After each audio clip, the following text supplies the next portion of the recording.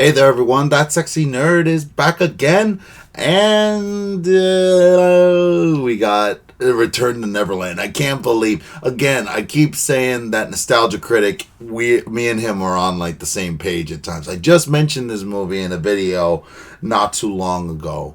With I think it was funniest Disney villains, and I was talking about Captain Hook. And again, it's the one scene where, they were building up this whole hair thing. I will not harm a hair on Peter Pan's body. And then he just pulls a hair out when he finally captures him. And he said, "This is the hair will not harm." And I don't know why me and my family, we loved that joke so much. We were quoting it for weeks for some reason after we saw it. The movie was not good by any stretch of the imagination, but it wasn't terrible either. I was really weirded out that they had showed it in theaters though. If that could be shown in theaters, why wasn't Lion King shown in theaters? Why wasn't Return of Jafar or Aladdin King of Thieves shown in theaters? I don't know. But, I guess they didn't think of it, but, Disney didn't have the best marketing ideas back then. And I guess they thought because there was a period, that Peter Pan was kind of a period piece, slightly, even though the war plays very little in the movie. I guess they thought they'd maybe get an award or something like that, but it just turned out to be a bad movie. Bad movie. Bad movie. So, not that bad. Again, I keep joking around, but people seem not to really like this one. It was weird.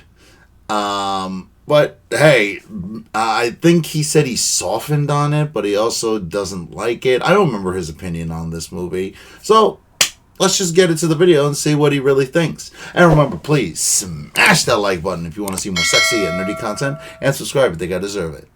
And let's do this thing, y'all. Hello, I'm the Nostalgia Critic guy, remember? So you don't have to. We've seen Disney rely on lazily developed cash cows for a while. While they can innovate with groundbreaking entertainment, they can also coast with easy, fast cookie-cutter media. Ew. In the past, it's been awkward teen movies. More recently, it's been the live-action remakes. And of course, we all remember the direct-to-video sequels. Yeah. The films nobody asked for, yet everybody watched. Disney was great at taking Happily Ever After and asking, hey, what if that was only part one? Yeah. Most of these were pretty bad, yet made a ton of money. So much so that two films originally meant to be straight-to-video were given big screen releases. That great? Jungle Book 2, Mowgli's Killing Spree. No, that's the book, seriously. Y'all need to read it. Yeah, it is. Return to Neverland. I don't. It was ripped apart by critics, equally hated by audiences, and I think it's okay. See, I knew it. I knew he softened on it. It's not bad. It's not a bad movie. Released in 2002, almost 50 years after the original, Return to Neverland admittedly doesn't need to exist, but for a film that's entirely pointless, I found it kind of charming. Yeah. I don't know, maybe I'm just comparing it to the other awful sequels that came out, but it's not afraid to be aggressively harsh at times. It continues the story while also bringing us sections of the book that were left out of the first version. And the animation is beautiful, particularly at a time when Disney was phasing out its hand-drawn films. Nah, I don't see it as great. There's certainly moments where it stumbles, and for a sequel made half a century later, it could have been more grand. Yes. But I thought it captured the spirit of the original book and play pretty well. The ending is the best part of the movie. I'm just going to say that right now. When he finally meets Wendy again, I actually got a little choked up. I don't know why. I can never understand why, but I got a little choked up. I do wish it would go further, like what the Fox show did in the 90s, still waiting for a digital release Disney. But for no matter the limitations Disney must have given to this, I think it turned out an okay flick. What makes me give this sequel a pass and others? The Boo Box? Well, let's fly on in. What in the Roman history was that? As the man was bleeding heavily inside of his sack, animals were thrown in. It might have been a dog, a monkey, a cock, a snake, or some combination. The sack with its now no doubt confused contents was driven on a cart to a river or a pond into which the sack was dumped. The animals didn't go quietly, and they would lacerate and torture the doomed wretch within. Wow. This is Return to Neverland. The intro already starts off pretty cool with some beautiful clouds above London showing us silhouettes of the previous film. And this already feels more visually creative than other nostalgic callbacks like... When you take on the responsibility of great Oh, you're still mad. I also like the Still reveal mad. Peter is a little less creepy than the original that looks like a horror film from Neon what? Pictures. The story always ends the same. Peter Pan shouts, Keep the mouse away from my IP! Yeah. Wendy grows up, played by Kath Soucie, and has a family of her own, along with a son named Danny and a daughter named Jane, played by Harriet Owen. The second star to the right. Oh, Song you just was lost a weird. second star right there with that pop song. Yeah. Yeah, that's sadly one of the most jarring things about this sequel. The songs aren't timeless like the original, but rather the most 2002 thing you can get. Yeah. The second star to the right. The only soundtrack more 2002 would be Britney Spears' movie Crossroads. Yeah. The only reason I say that is because it beat this movie at the box office. What? Going that direction didn't work anyway. Get the hell out of here. That the dreams you plan. I also like Peter Pan gets top billing, as if he's gonna be in other 2002 movies like Rollerball or Star Trek Nemesis. our story begins in difficult times. Disney in 2023. Actually, this takes place during World War II. Yep. Should have gone with Windtalkers on that last joke. As Jane's father is drafted, having to leave his family behind. I want to go with you. I need you here to take care of your mum and Danny. Can you do that for me? When there's a smile in your cherry. Cherry. Yeah, not even 5 minutes in, and we're already in the Disney version of The Pianist. Yeah. Yeah, they're going this dark this early. However, the same care doesn't always transfer to the character. What is it, Nana 2? Nana 2? Nana too. That's some Belle's Magical World writing there. What was Jane's original name? Wendy Jr.? Hey, you can give them a pass on that. I named my first pet DD1 and DD2. So, I mean, come on. Let him. She was a kid, and it's also in the 1940s. So, maybe this was new for them. Right now. The bombing. Go into the bomb shelter. Sorry, Jesus. I have to respect a Peter Pan movie that has the line into the, bomb shelter. Planes and bombs. For a moment, it sounded like cannons. On a pirate ship. Oh, great. Now I'm scared of pirates. You are terrible at this. Yeah, seriously. At Home Alive. Again, I have to start off a Peter Pan movie clarifying that. And she tries to listen to the radio while Wendy tries to distract her son with stories of Peter Pan. Hook will never win as long as there's faith, trust, and pixie dust. Ah, so long, you cut. Hey, what's this rated? The explosions go quiet, but Codfish. Wendy is told her children have to be put on a train to send them away from the bombings in London. Where? All the children are being evacuated to the country. But you'll be safe there, both of you. I even hear 1 in 5 houses have magic wardrobes that take you on adventures even Yep. more scarring than World War II London. Yep. Pan isn't real and people don't fly. She's told to keep telling Danny stories of Peter Pan, but war has forced Jane to grow up faster than she expected. You must have faith. Faith? Trust, pixie dust? Mother, those are just words from your stories. They don't mean anything. You were the leader of a resistance. You know how stressful it is. Ooh. This is honestly a well-played emotional moment Yes. ruined by, you guessed it, the out-of-nowhere lame-ass pop Stupid song. pop songs. Yes. I tried. Oh, don't make me say it. Don't make me say it. I Princess- feel like Phil Collins would have done this better. But only because he would have elevated from dumb to stupid. You're a bastard. I'm actually one of the people who like Phil Collins' song. I don't know how many of you people like. Listen, can y'all do me a favor? Let me know if the Phil Collins songs really bothered you that much in the Tarzan movies or whatever. Because I mean, come on, even Nostalgia Critic kind of admits that it was a little better. Ooh. And sure, the original has songs that aren't sung by the characters either, but sing me one song from this movie right now. Don't nobody even think knows about it. You can't do it, but the other, following the lead, or when there's a smile in your heart, which is better! Yep. But Jane's ship comes in as Captain Hook and his pirates mistake her for Wendy and kidnap her. It's kind of creepy.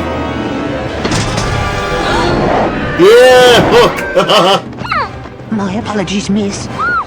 Seeing how the original voice of Smee was also the same guy who played the Ranger in the Humphrey the Bear cartoons, I kind of want to hear him go, "First you make the snag, put her in the bag, bum bum." That's funny.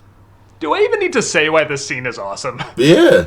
It could have just cut from them throwing her on the ship and making their way to the star. Nope, they go right through out German of the way planes. to give us some really cool animation where you really feel the weight and size of this ship flying over London. If the original flying over London scene was magical and enchanting, then this is destructive and beautifully chaotic. It's a short moment, but it is so cool, I don't think it gets enough attention. Yeah. We're to Neverland, using some of Mary Blair's original design from the first film. That's a nice touch. It and is. Plans to use Jane as bait to lure Peter Pan. And to be fair, it does work. Yeah, with this freaking octopus. Oh, and for some reason, the crocodile's replaced with an octopus in Why? this one. I don't really know why. Some of the funniest animation of all time Seriously. has come from that character. And I don't know, tentacles just aren't that funny. They're other things to other Ew, people, ew, I guess, ew, but that ew, just ew. makes me look at this more suspiciously. Ew, ew. Yeah, ew, ew, ew, ew, ew, ew, ew, ew. It get nice. It's probably very popular in Japan. Oh, The jeez. crocodile bought me dinner first. Huh? As Corey Burton as Hook and Blaine Weaver as Yeah. Pan, and honestly, most of the replacement actors do a good job recreating the sound and charm of the original characters. Well, if you're Wendy's daughter, you're gonna love it here. Touch the rainbow, mother! Yeah, that doesn't work as good. Fly past this portion as fast as you can. No time to see Yeah. anyone. They're all just somewhere They're else. like, nope, feeding their bye-bye. cats. Oh, god damn it. Fortune cookie always wrong. She did that on purpose. She's just jealous. All girls get like that around me. Anyone else feel like Peter grew up into Gaston?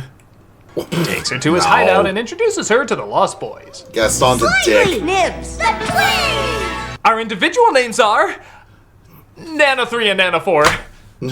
Gubby. And that's Toodles. I like they got actual kids to voice the Lost Yeah. Boys, as the originals did sound like Patrick the Starfish half the time. A terrible what? Just him.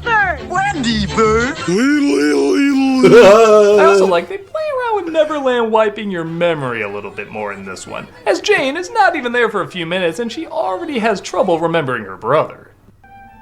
You remind me of someone I know. It was so The animal weird. skin, the human face, the random attacking of a girl. She tries to leave with Tinkerbell, unsurprisingly cheering her exit. I have to get back to my family. Why? Because if a certain Reich saw a certain flying ship, they'll probably be stopping here too. The heart of the movie really is around Jane having both the same yet opposite problem of her mother. They're both forced to grow up too quickly, but unlike Wendy, who valued her youth but learned the importance of maturing, Jane sees the importance of maturing but has trouble valuing her youth. I just want to go home. Well, you know, the only way out of here is to fly. I got some shit that'll make you fly from Neverland to Wonderland. Pan tries to huh. teach Jane to fly, and while the slapstick isn't anything that great, this bit makes me laugh hard.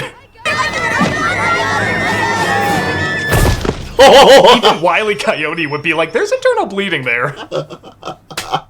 When Jane sees none of them are taking anything seriously, she curses them all, including Tinkerbell, saying she doesn't believe in fairies, instantly making her sick. Yeah, I remember this. At first I thought, oh man, we're doing this in the first film again, but then I realized I They never did didn't. this in the first film. Nope. It's one of those moments I Mandela affected in my head. I'm so used to seeing it in every version of Peter Pan, I legit forgot this wasn't in the original Disney movie. Nope. And it feels so natural that it should be there. Another bit missing from the first, Hook's manipulation of Wendy, or rather her daughter in this version. My sources tell me you wish to return home. I guess we got something similar with Tinkerbell, but because of that, you had to skip the other famous scene of believing in her to restore her life. Yeah. I mean, how did she survive that with Seriously. just a pep talk? I know these don't sound like big deals because they're in all the other versions, but these takes on these characters are so iconic. It does make a difference to see it done with this Tinkerbell and this Captain Hook.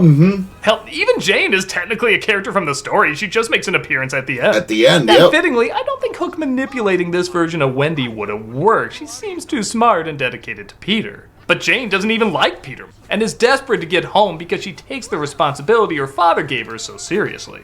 For these characters, this legit works.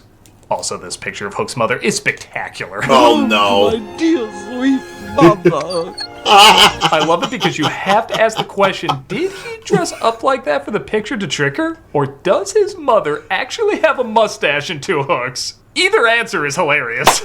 Peter stole my treasure. He says Peter took his treasure and the crew would mutiny if they returned home without it. Guess we're in the same boat. The same boat. That's it. Cut himself while doing that. That's it. He makes a deal that if she helps him find his treasure, he'll help her get home. Granted, I'm not sure why he can't just sneak up on their hideout again. It doesn't look like they moved. And right? For that matter, who the hell did they hang recently? If we don't get Jane to believe in fairies, Tink's light's gonna go out. As Tink starts to fade, Peter thinks restoring Jane's faith and having fun and imagination will get her believing in fairies once more, saving her life.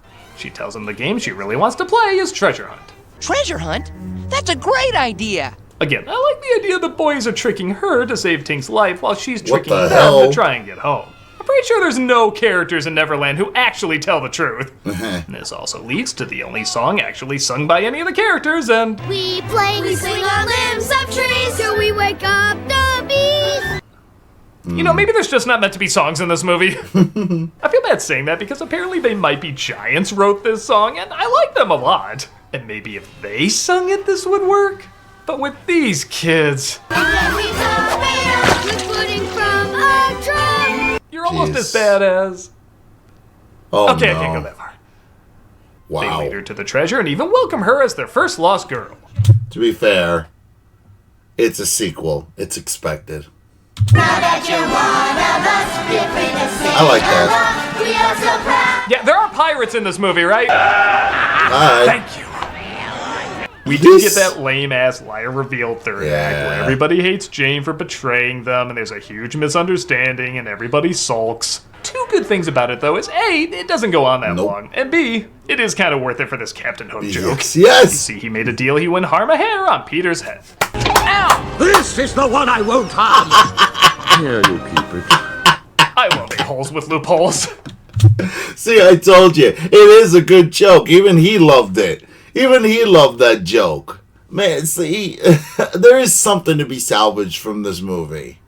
It's not a bad one. His laugh is also pretty great. No one can save him now. Good God, it's like he screamed at a spider and then found out the spider was funny. The aristocrats. Tink is dying, she quickly finds her and tries to bring her back to life. Oh. Again, I'm so used to seeing this character glowing that to suddenly see her not glowing is it's surprisingly jarring. It is. Oh no. This is all my fault. The scene is very effective apart from, you know. The song. God damn, what is up with this lady? You know those applause signs that go off above a studio audience? This is remember sad music makes you cry, not this sad music, but something that sounded like this sad music. Please cry. Yeah. You know the drill, though. She believes, that brings her back to life, and they go to save Peter. Admittedly, I am kinda sick of the climax always being on a pirate ship. I mean, Neverland's not Rhode Island. There are places you can go. But it gives Jane an okay arc as she finally learns how to fly.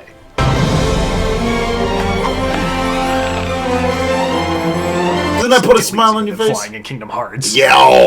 The octopus attack still not being as funny as the still easier than flying in Kingdom Hearts. It's not that bad. The octopus attack still not being as funny as the crocodile. It's And man, not. this originally was meant for home video because we're just an hour in and it's almost over. Darling, what's wrong? Mommy! What is it? Oh. They fly back to London and Jane has all sorts of new stories to tell about Peter. Even Daddy returns home. Daddy! Daddy! It's pretty lame, Yeah. even though I guess it's not surprising we could all see it coming. However, this I didn't see coming. I loved it. Young Love Peter this. shares a very nice scene with grown-up Wendy. Yeah. Wendy? Hello, Peter. I'll admit, most of the movie I was kind of on the fence, but This is the best part. the scene that pushed me into liking it. This is the best part of the I movie. always like stories about someone who aged talking to someone who didn't. And not metaphorically, I mean literally. Literally. It's difficult to get across certain life experiences to someone who hasn't gone through them. So one character who has gone through them meeting up with another who hasn't, I find interesting. And even though they don't talk in great length, you can tell they both feel awkward, but also delighted to see the other is comfortable with where they are. You changed. Not really. She helps show him a little bit of maturity by accepting she can grow up, and he helps show that she can still fly because she's filled with childlike happy thoughts. It's a short moment, but it's pretty damn great. Yes. Daddy's home! Hooray! What'd you bring me? Scalps. So many scalps. And that was Return to Neverland. Not as good as these, but definitely better than these. Yep.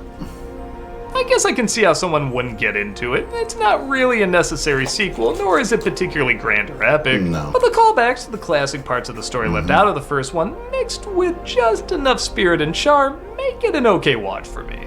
It's one of those films that easily could have been phoned in like many other Disney sequels, but they put just enough effort into it that I think it earned its big screen release. Should have put more. To me, it's a series effort. of good moments adding up to a good enough flick.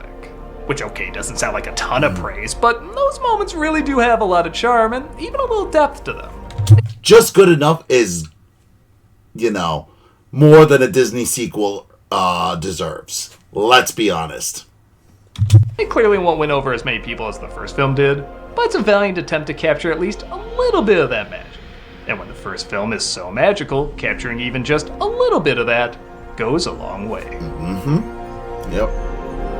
I'm the Nostalgia Critic guy, remember? So you don't have to. Oh, this is a good one. So we wake up the bees. Oh, please don't wake up the bees. Oh, man. Those kids' voices were terrible. Yeah, I haven't seen that movie. I'd only seen it one other time other than when I was in the movie theaters, and I still was like, about it. But, honestly, it never was terrible. Also, I don't understand what his problem is with The Little Mermaid 2. But, there are some sequels that are okay. I always kind of like that movie. Like, even the ending is more than worth the price of admission. I feel like I would have been like, especially, but no. Imagine if they didn't go to Neverland. Imagine if they just go through all that. Well, okay. You just spent some more time during World War II. Make it a period piece. Kind of like Godzilla -1, honestly. And you spend most of the time there. And then Jane and Wendy are taken to Neverland, making it the first time an adult is there. And maybe Wendy can, not only does she have an impact there, or, she still has, problems connecting with her daughter. Imagine if her daughter is, like, trying to escape the war and escape into this fantasy land, and she's still and I know it's kind of a repeat of the first one, but she's still trying to get her, and then she eventually is able to convince not only her but all the Lost Boys to come back home with them. I'm not sure Peter would leave, but even Peter, imagine have an actual conclusion to this. But they wanted to probably make sequels, but I feel like actually having a conclusion to the story would make it like a little unexpected or even better. But then again, it probably might be a little close to the movie Hook. I don't know. What do you think? Let me know in the comments below. And I love that review, and I hope you guys did too. So please smash that like button if you want to see more sexy and nerdy content, and subscribe if you think I deserve it. And I'll see you on the next video.